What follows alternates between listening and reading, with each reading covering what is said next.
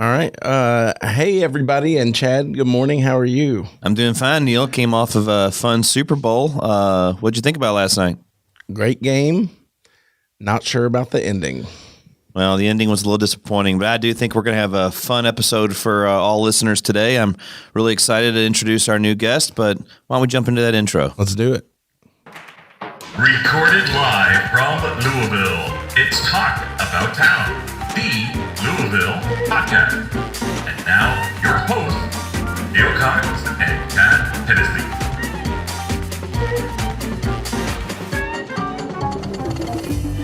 Hey, Ron White here. I'm nowhere to be found. You're listening to Talk About Town, like I give a...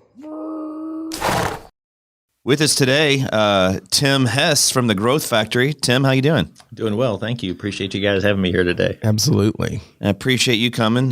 Neal, Tim's been a friend of mine, an acquaintance for quite a long time. I was telling Neal before you got here, Tim, that I don't think we ever lived next to each other, but Tim and his wife, Kathy, and family moved in behind my mom and dad in my childhood home, probably like right as I was getting married, moved out. 2000. I think we moved there in 2000. Well, I got married in 99, so that is right. Well, of course, my parents, what do you do to make sure you can secure the grandkids and come over? They put in a swimming pool. So saw Tim plenty when we were in the backyard swimming with the kids. That's how I really got to know him. And then I've had the blessings with what I do, obviously with insurance, representing him personally and business-wise over the years. So a really good relationship. And as Tim gets to tell us about his venture, I'm proud to say that I'm a client as well. So, well, we're both clients of yours. Yeah, that's right. That's right. I'm proud of that. Well, cool. Yeah, Tim, tell us a little bit about yourself. Well, just briefly how I got to Louisville, just quick. I grew up in Chicago, so I'm really not a Louisville native, but I've been here since about '96. And my wife, born and raised Louisville, Kentucky, so that's how we got back here. Right, we had kids. I started out working at Train. I've got a bean counter degree, so I'm a head down that path, and everywhere I went, I always was driven towards manufacturing efficiencies, those kind of things. And it's tough when you have a financial degree. You always get kind of pigeonholed a certain way, and over time it changes. But every organization I went in, I tried to move through into more leadership roles and more experiences there, and had the blessing on 3 different occasions with Train and Vermont American and even Fastline Media Group to be able to rise to the leadership level of a leader, a president, or running a business unit, that type of situation, where I was able to see some of those things. And, we moved back here, because of family and those drives. And, when you look at those things that you do, you try to see what validates, you as a person. And a lot of times working with people, I'm doing the same thing, trying to bring that best person out of them.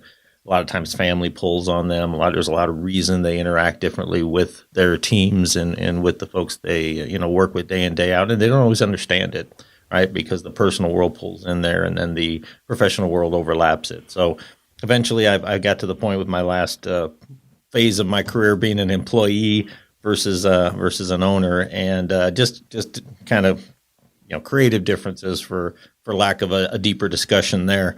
And so saw the need within my world of how companies spend so much money investing at the top of their organizations, right?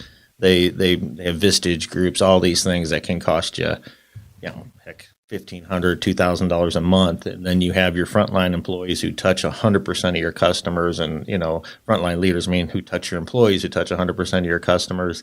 They get very little development. Maybe they get a one-day seminar somewhere here and there, but they're the ones that really build your culture. They're the ones that build those situations. And when I was in my role, I saw I didn't have the time to develop them either. When you're a president of an organization, you have a team, 8, 9, 10 reports. How much can you spend with each of those people each month? So my idea was coming out of there was to start a company that really developed leaders, middle management, upper management, but also frontline managers was kind of a core focus, and really trying to give them skills and setup. So that journey kind of took me to where I started up and launched Growth Factory. Tim, what year did you start with TGF? 2016. Okay. Yeah. Okay. Yeah. It was summer 2016. So just heading into the 7th year of, kind of running it. And it's been good. I mean, I took my my first income was really January of 17. 16 was really, I remodeled that whole office that I'm in and those kind of things. So it was a lot of prep and trying to get business out there. My first business, as you would expect, came from friends and family, mostly friends.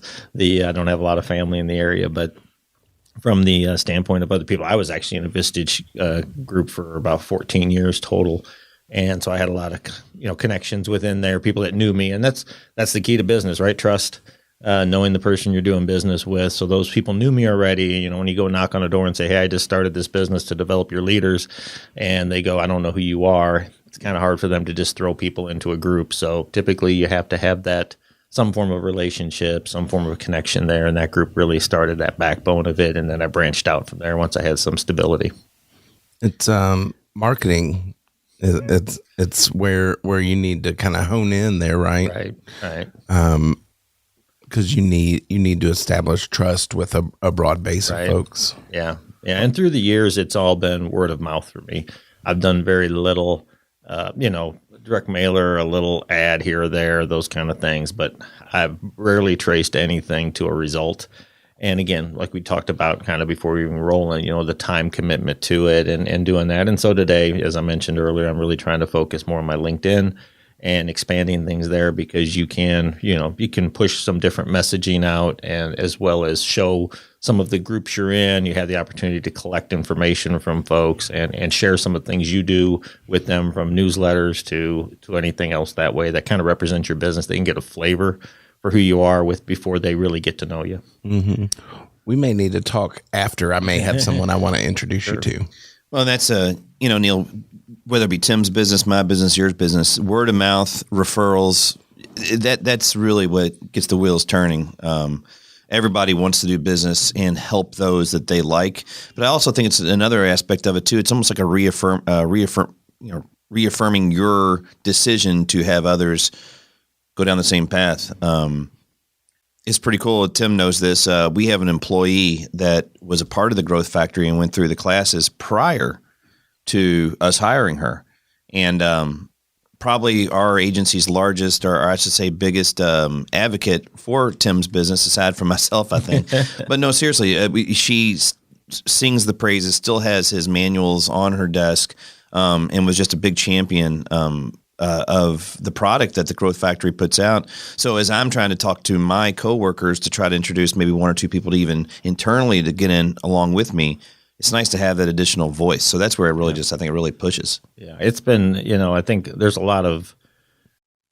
so many statistics out there that are fun around leadership and that, but I think one that sticks the hardest with folks is that the cost of poor leadership through studies and through research is about 7% of your revenue. So think about the size of any business, take 7% of it and say that's what the cost of poor leadership is. And that comes in the form of turnover, comes in the form of inefficiencies, comes in the form of lack of accountability, which again enhances turnover, those type of aspects. But, if you got any kind of decent sized business, 7% is a big number. And typically what companies turn around and invest in their teams is a minuscule of a percent, right? So their return on investment could be pretty dramatic. And again, they don't need to spend 7% of their income. If they want to, that'd be great. But, from a reality, a small fraction of that would really lead to huge benefits. One of the other ones I always like to share with people in the groups and things like that is 2/3 of employees, when asked, would forego a pay raise to see their manager be fired.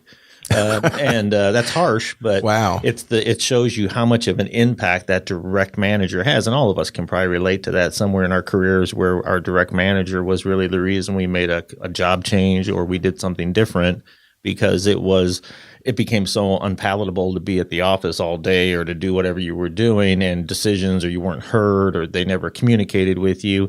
And generationally today, things are changing a lot too, right? I mean, they have been. It's not that it's new to generational changes, but that whole group now that's somewhere, sub 40 years old in that range, grew up with so much attention to information and feedback and all those type of aspects, which are great. Then they come into an office and their manager tends to meet with them once a month if they're lucky, especially right out of the gate, which creates a lot of turnover. We've had people quit, I do a couple CEO roundtables that are just lunches, about 90-minute lunches, and we tell the stories there where they were like, gosh, we had this new employee, we loved them. They quit in like 3 weeks. We didn't know why. And they said, well, no one talked to me, so I thought I was doing a bad job. So I went and got another job. Right. So the employee assumes things too when we don't talk to them. And that's a whole different dynamic than what used to be there. So we try to really enhance in those leaders through the different programs that I do about that communication, that need to touch and really get to know the people on your team, right? Both inside and outside. That's why I kind of started with a little bit of life story, because you have to understand your employee, both sides, because you hire the whole employee. Sometimes they're having troubles outside of work that affect them getting to work, but understanding the reality of that versus, oh, they just don't want to be here. Oh, they're just being lazy. Oh, they're this, they're this, that, right? Those assumptions can't be there, right? They have to be fact-based, and you have to be able to know if you have a good one-to-one relationship with those team members, you typically know when someone's going through a rough spot. And maybe, yeah, there's policy, there's still rules, there's all the laws, all those things still come into play. But when you understand someone's time and their difficulties, you can also probably figure out a way to get them through that better without having to say, well, sorry, we're going to have to fire you because you had a couple days off, or your performance went down or whatever. But if you have an employee that's been a great employee and all of a sudden falls off a cliff, I will guarantee you 90+% of the time, something in their personal life has crept up and created a distraction. And I can speak just to elderly parents. I'm the sole caregiver for my folks. My dad passed away at Christmas in 21. I'm still caring for my mom. She's in a nursing home now, but everything that happened with them, I was responsible for. That was one of the things that led me to leave the position I was in before because of flexibility. Travel and some of those things are difficult when, you're running parents back and forth. So I would see how that would have conflicted with my job, and my manager might have said, hey, what's going on? You should be out of town this week. Well, I can't be. I got to take mom and dad to the doctor. So you see how it plays into everyone's life, no matter the position you're in. And granted, as a president of a company, I can probably get away with my schedule changing more than I can as a frontline worker in a whatever department of a company. And that's some of the understanding I think we need to have throughout all those levels too. Mm-hmm. Is a good leader born or made or both? That's an interesting question. You get those kind of things a lot. I actually just wrote a blog on that. But, the reality is you can enhance anyone's skills. I think the biggest thing that you can get better at that makes you a great leader is emotional intelligence, right? That ability to have your own self-awareness, your own, self-control. Temperament is a big piece of being a good leader, not overreacting, not underreacting, giving the right response, but also knowing when you're about to put your foot in your mouth and stopping that. And again, empathy is a huge piece of emotional intelligence that is missing in a lot of cases today. There's just not that understanding of that whole person, what's going on, what was the intent behind the error, what took place there. And just that whole piece. So that part we can grow and learn. Some of it is nature, right? Mm-hmm. Some of it is just who you are as a person. And there's a lot of people that say, I don't want to be responsible for anybody ever. And that's fine, because there may be 10% of our employee base is some kind of a leader manager, and 90% are employee based. And that's because those people don't want to go home at night with headaches. They don't want to think about things. They just want to do their job well and live happily ever after. And that's great. But as soon as you say, I want to be responsible for others, then you have to be willing to put the work in to make that happen. And you only make that happen by, figuring out your weak spots and making those better. And that's, again, where emotional intelligence can help out. But a lot of that has to just come from, do I want to be around others or not? I've seen a lot of great, see it in sports too. Obviously, you see a lot of great sales leaders, though, or salespeople. They don't make great sales managers because they're good at individual performance, but they're not very good at getting a team to perform. They just think, well, I was good at it, so my team will be good at it too.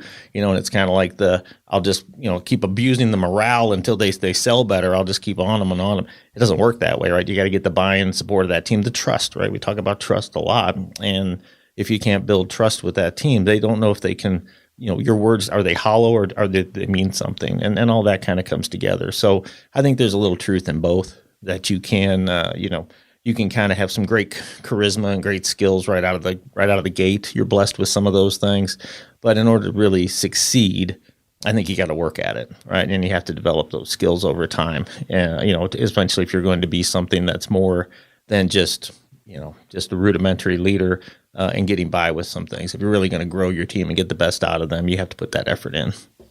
He said a word that I think, over and over has just become more and more prevalent with so many different industries and leadership and individuals as they strive as being empathetic. A lot of Tim and I have actually talked about this in private several times. Is that you're right? The all-star MVP quarterback may not be a quality head coach, right? Just because if you see or do how it doesn't always translate. The power hitter, whatever the analogy is, just because you're phenomenal in sales, that might be a God-given gift or luck for that matter. That doesn't mean that the 3 or 4 people behind you that you can teach them as well.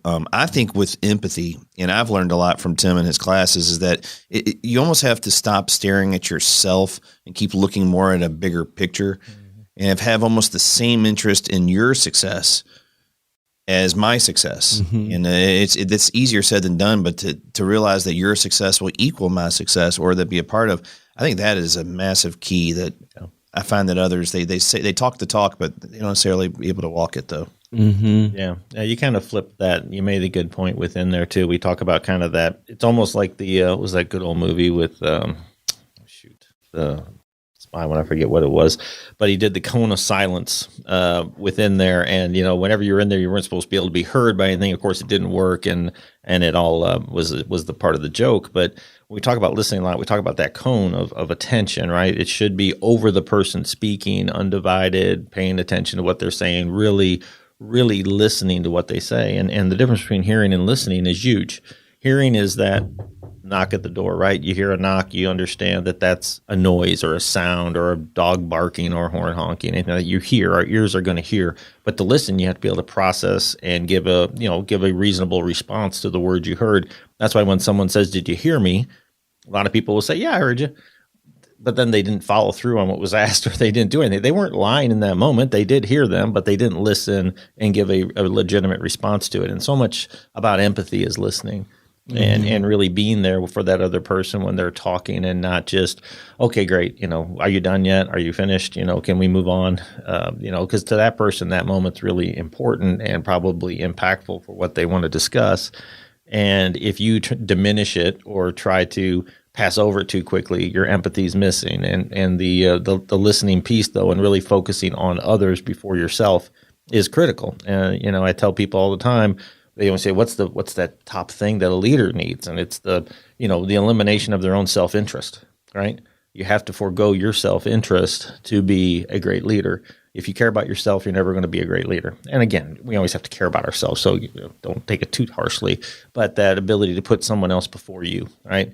That leaders eat last. Simon Sinek wrote a book, Leaders Eat Last, right? It was based on the military, about how, simple terms, how people put themselves in front for others, right? They always want the others to be stronger or be supported in different situations. They're even all the way down to meals. The leaders in the military eat last. Their teams eat first. Their teams are going to be more cared for and more prepared. The leaders will deal with it if there ever is a shortfall or something like that and overcome it. But, the team goes first, right? The team is always supported first. And I think I take that same servant leadership model into everything that we teach within the Growth Factory or anything like that. I think something I thought about when you all were talking about a good salesman might not be a good sales manager. And I think I have heard this and haven't thought about it for a long time, that the system in the U.S. is that we promote people to maximum inefficiency, sort of. Like, you did good at this, well, you're going up here. Right. And of course you want that because it comes with a pay increase and a title and all that stuff. And I think maybe it's Japan, and, fact check me out there. Tell me I'm wrong in the comments. I think they have a system where if someone thrives in a position, then they're going to get the pay increase there. They're going to get the respect there because they're doing such a good job in that position, where the jump to the higher level doesn't always make sense. Right. Yeah, I think you're spot on with those kind of comments, because we see so much today where people will take something for that economic opportunity, but it's not fulfilling. So they'll either, another fun fact, right? 50% of all new leaders fail. And most of the time they fail because the company doesn't invest in them, right? There's no development, there's no support, but a lot of times it's because I overjumped, right? It's I moved into that wrong position. I shouldn't have done that. It sounded good economically. We wanted the additional income. I always wanted to be a manager, or, whatever the things were that tripped to that person's interest, besides understanding that now I'm going to be responsible by the results of others, right? That's the big flip in management. Now you're no longer responsible for your own performance. You're judged on your team's performance. And if you can't build a strong team to perform, as a manager, your results are going to diminish and eventually fail within that process. So the level of tolerance for that at many companies can vary. And so that's the downside of it. And that's where you get into the turnover, the retention, those kind of problems, because people can tolerate a poor leader too long. And when that's going on, you see all those impacts. We talked today, accountability is finally starting to kind of reappear since COVID. In a lot of businesses, I'm getting more and more questions and class requests around accountability because during accountability, you couldn't find employees. You couldn't do anything. There was no one holding anyone accountable. People were missing work all the time. So it created a very different dynamic than normal. But even prior to that, accountability has always been tough. No one likes to sit someone down and say, Johnny, you're not doing your job very well today.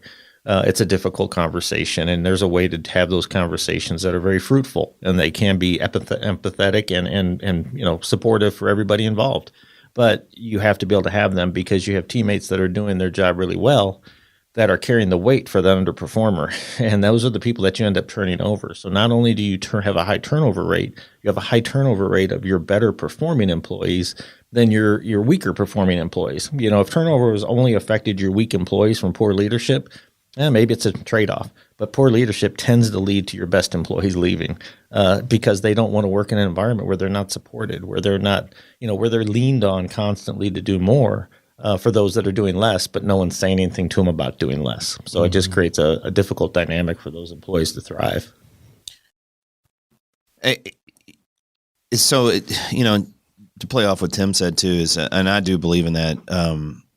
It's why, honestly, that I've been a client myself of the Growth Factory for about four plus years. Is I fully, wholeheartedly believe in investing in myself for the betterment of my agency. And, Tim, tell us a little bit about like the different steps. At least personally, I've been through the ringer per se of a starting level, built up to the next level, and then plus what we're at now is more of a consultative. Yeah, the fun of starting something from scratch is you get to play off of things. So the whole purpose behind, and like I said, I'm kind of mentioning that at that beginning there, I had just a delight within manufacturing. I love manufacturing. I wanted to be an architect when I was a kid and growing up, and then my brother was an accountant, and it looked safe and easy. So of course that looks safe and easy, and you can kind of do anything from an accounting background, so it pays off well. But in reality, I like to design, draw, and build, and do those kind of things. So the manufacturing kind of jumps in there where I came up with the growth factor, right? So all the classes are built off of that same thing. So I use the term gear around that, which is really more an acronym than it is a term for, the actual gear. But it plays well within within that structure. So our gear program is our front level program where we really go through 12 classes around leadership. And they're everything from really getting to understand yourself and your team, the listening, the collaborations, all those kind of things. But there's 12 programs there. And, since the beginning, I've actually gone through multiple layers of that program too, which, Chad was in there kind of early on. So he moved into our top gear class, which is more of my top leader group that I do across the company. So within the top gear group, really those are serving the folks that are in some kind of a senior manager role to a number 2 role within their companies. A lot of times smaller, could be a C-level position in a larger organization. So it just depends on that dynamic, because I have companies that are 5 million in sales, and I have companies that are hundreds of millions in sales. So what they call those people are different, but the interests they share and the problems they share are all very much the same. The team sizes might be different, but the interactions of the people are very similar. But since that time, I have also done a first gear, a second gear, a third gear, and actually all the way to a fourth gear. So almost like 4 levels of college of going through there. And what changes through those, there are 12 classes in each one of those levels, but what changes is the interaction from me versus the group, right? So the first level class, I'm probably doing 80% of the discussion. There's exercises and those type of things. You kind of get to the second gear, you maybe drop another 10 or 15%. So by the time you get to that fourth level, I'm really sitting back and I'm asking people to present more within that, almost like your college thesis, right? Now you're going to come present to this group what you think this topic means to you. And then we're going to discuss it and we'll kick it around and hopefully it's pretty good or whatever. And it's not big, talk for 20 minutes about a topic, kind of like a TED talk is really what was the inspiration behind it. So kind of create that type of environment where someone comes in with something and they share it, and then we do other things. So every one of those things, and you get back to accountability at every level, but you look at it differently, right? Accountability in the first level is really understanding that personal responsibility that is accountability. But as you move into higher levels, we really start looking deeper into what's the cost of lack of accountability, right? What's it hurt within the organization if we don't do this right or we do this way instead of that way? And those are dollars that are real. And as a leader, you should understand that. So even in the front level class, I always do kind of a quickie on just quick marketing and a quick finance 101 for people to understand kind of how the company makes money and where you fit into that process as an expense or as an additive to that bottom line. So the different courses are there set out. Of course, we do all kinds of one-offs, right? A lot of work within companies that have specific structures. They may have 10 of their own employees that want to do a program that's about these 8 classes mingled together. So I always try to do groups with cross companies because I think that's really valuable. Just like I said, with the size of the company, doesn't matter. The problems are consistent. So a lot of the groups have some of the groups can only have one person from a company, like the group Chad's referring to that he's in with the Top Gear. Everyone in there has to be from a different company, so there isn't any concern about someone else on my team hearing what I'm saying, or I can really be myself and I can really talk about whatever's going on in my world. Versus the gear group where you can have 3 or 4 people from the same company because it's more of a learning topic based. We're not sharing any deep, dark secrets about the world, even though we don't share any deep, dark secrets in our Top Gear either. But still, it gives you that sense of being, able to talk on your own and deal with your own problems. So all kinds of things are available, one-on-one coaching, all the aspects of business are there. But the groups to me are really where I enjoy spending the time because you see the lights come on for different people at different times within what you're talking about. And you can really see the difference with them, as they go through it and they share their successes with you too. Yeah, it's interesting listening here because personally, I recently became a partner at the brokerage that I'm at, and I'm going to be growing and managing it. And back in 21, that idea was floated to me, and I originally turned it down too because it was like, well, I don't want that to interfere with what I'm doing. Mm-hmm. And so getting kind of the gears going. I mean, this is recent. This is like I'm ready to start growing this thing phase right now, and thinking about all the different issues involved and all that. Yeah. Personally, and I've told Tim this as well, one of the things I've really enjoyed about my experience with the Growth Factory is I'm not going to relate it to like grad school, but I've been out of college 25 years, whatever it's been. It was especially initially, there was enough business 101, just refresher, just things that you've either forgotten that you knew, to really just engage. And honestly, it was just a wonderful me time, if you want to say, just to kind of get it. It was an opportunity for me to make myself better in a business sense, but at the same time in a class with colleagues of different industries. And it's amazing how we all have the same issues, problems that we're dealing with on a day-to-day basis. And just by listening to others talk, you're like, yeah, I could see where I could do that and apply this in my world, So it's been it's been great. Like I said, self-investment in myself, and I think I am a better leader for the last couple of years of being a member of the Growth Factory. Yeah, I appreciate that. The other thing I do differently than some places, I am the instructor for every program, and that's just that concern about wanting consistency and wanting people to have the same experience. There's folks that have come and said, hey, do you need someone to support or to take program? And you always have that concern of just like any delegation, right? It's just that same delegation paralyzation we all get of, well, if I let that person do it, will they do it like me? Because especially when you're an owner of something, it's like, that's who I am, right? So if that person goes out there and does because they would be the employee at that point, and if they just look at it as a job, I look at it as a life. Because it is everything I do and what I care about. And if that person comes in and sells short my program to a group of people, then those companies start to go, I don't think that thing's so good. that it really affects what you do. And so I've limited myself on what I can do sometimes from a growth standpoint because I am the sole, presenter within there and the person that does it. But, most of the programs they run, 2 to 3 hours of in scope. And, with mixing in during the time, there's plenty of room to do what we need to do and do it effectively. With all the active groups and those things going on. So whenever anyone has a person they want to invest on or put something in, there's always something starting. Some groups are ongoing, so people can jump in there anytime.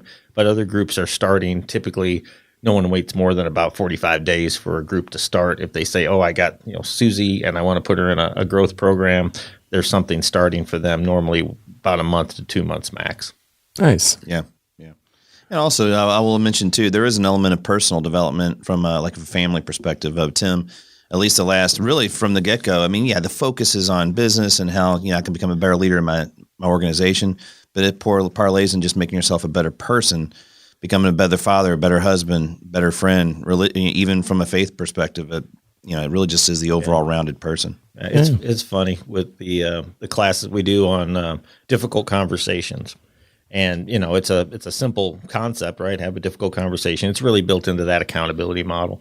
But so many times the people are kind of stumped on what to talk about. And I've had people that talk about interactions with a teenager, right? The difficulties of trying to have that conversation, and they don't know how to do it. So they use that as the backdrop for the model that we teach on difficult conversations. I've had people talk about talking to a elder at their church. And wanting to have a conversation that was difficult, but they wanted to handle it the best way with empathy and compassion, all those kind of things. And so the bringing the personal life into the challenges of growing in leadership are there all the time. And I think that's a great, correlation between what we do and how you succeed both in your life and in business. Nice. Before we kind of wrap up here and get your contact information and everything, I have to know who designed your logo. My logo actually came off of 99 Designs back in 2015, 16 when I first started kicking it around. I had the name that I had gotten the website, and then I put it out to a group there, and those are great services. That where they kind of compete for. Yeah, they kind of compete. Yeah. You put a dollar amount out there you're willing to pay, and you tell them like at that time I wanted. I still wanted a letterhead or something in case I had to put something there, but you want a letterhead, you want a logo, you want a blah, blah, blah. And so I gave them, kind of the tagline and the logo, and then they did the designing. And I really like this one because it plays off of all three letters in the design. And, it just represents what it is. It's easy. I think, and one of the things I teach in the marketing class is what does your logo do for your company? Some people, it exemplifies their business. Mine is purely the descriptor, right? It's the letters of it, but it kind of makes it stick in your head a little bit differently. And that's why, I really enjoyed it because I thought first time I looked at it when the person did it, I'm like, oh, and then, you take a minute and you can kind of pick up the other letters in there. But yeah, no, they did a great job with it. And those things are I like those processes. I used Fiverr for some other, some of the things they're getting a little dated, honestly, on the website. Some of those like chalkboard drawings that really kind of explain the programs. Those were done through a Fiverr type of, almost like crowdsourcing type of marketing program too. So I like to support those groups whenever possible. I think they do a great job, especially with the ones that do compete for it. They give you a whole bunch of work at risk at times, right? At risk. And I think that's what everything about life is. There's a little risk in everything you do to be successful. I'll be sending this recording to someone on Fiverr this afternoon. Yeah. They edit it for us and do a fantastic job. Yeah. Perfect. Well, cool. Well, how can people get in touch with you? Well, I'm very active on LinkedIn now. Really just this year. So I'll be honest, I've had it out there for a long time, but Tim at thegrowthfactory.com is my email address. And that's probably the easiest, quickest way to get a message to me with any interest. The website is thegrowthfactory.com. Out there for more information, my contacts out there, actually my cells out there, all those kind of things. So the email is the simplest, or Tim Hess on LinkedIn. And I'm trying to put some more messaging out there so you can get a little flavor of when I talk about topics and things like that within there. But obviously reach out to you guys as well. And you guys know how to get to me too. So either way is great. I love to support teams. I'm happy to help anybody I can, any way I can. Nice. Well, Tim, I appreciate you coming on. That was a really good conversation, and we'll get this cast posted here in the next couple of days, and see if we can push some business your way. All right. Thank you, guys. I appreciate the opportunity. Absolutely.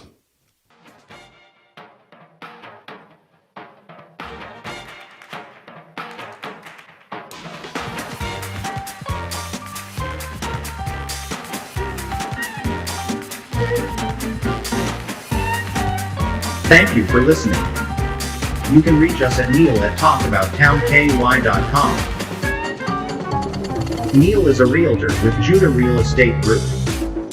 Chad is a partner at Insura Max. You can reach him at chadh@insuramax.com. Check us out on the web at talkabouttownky.com. Go Cards!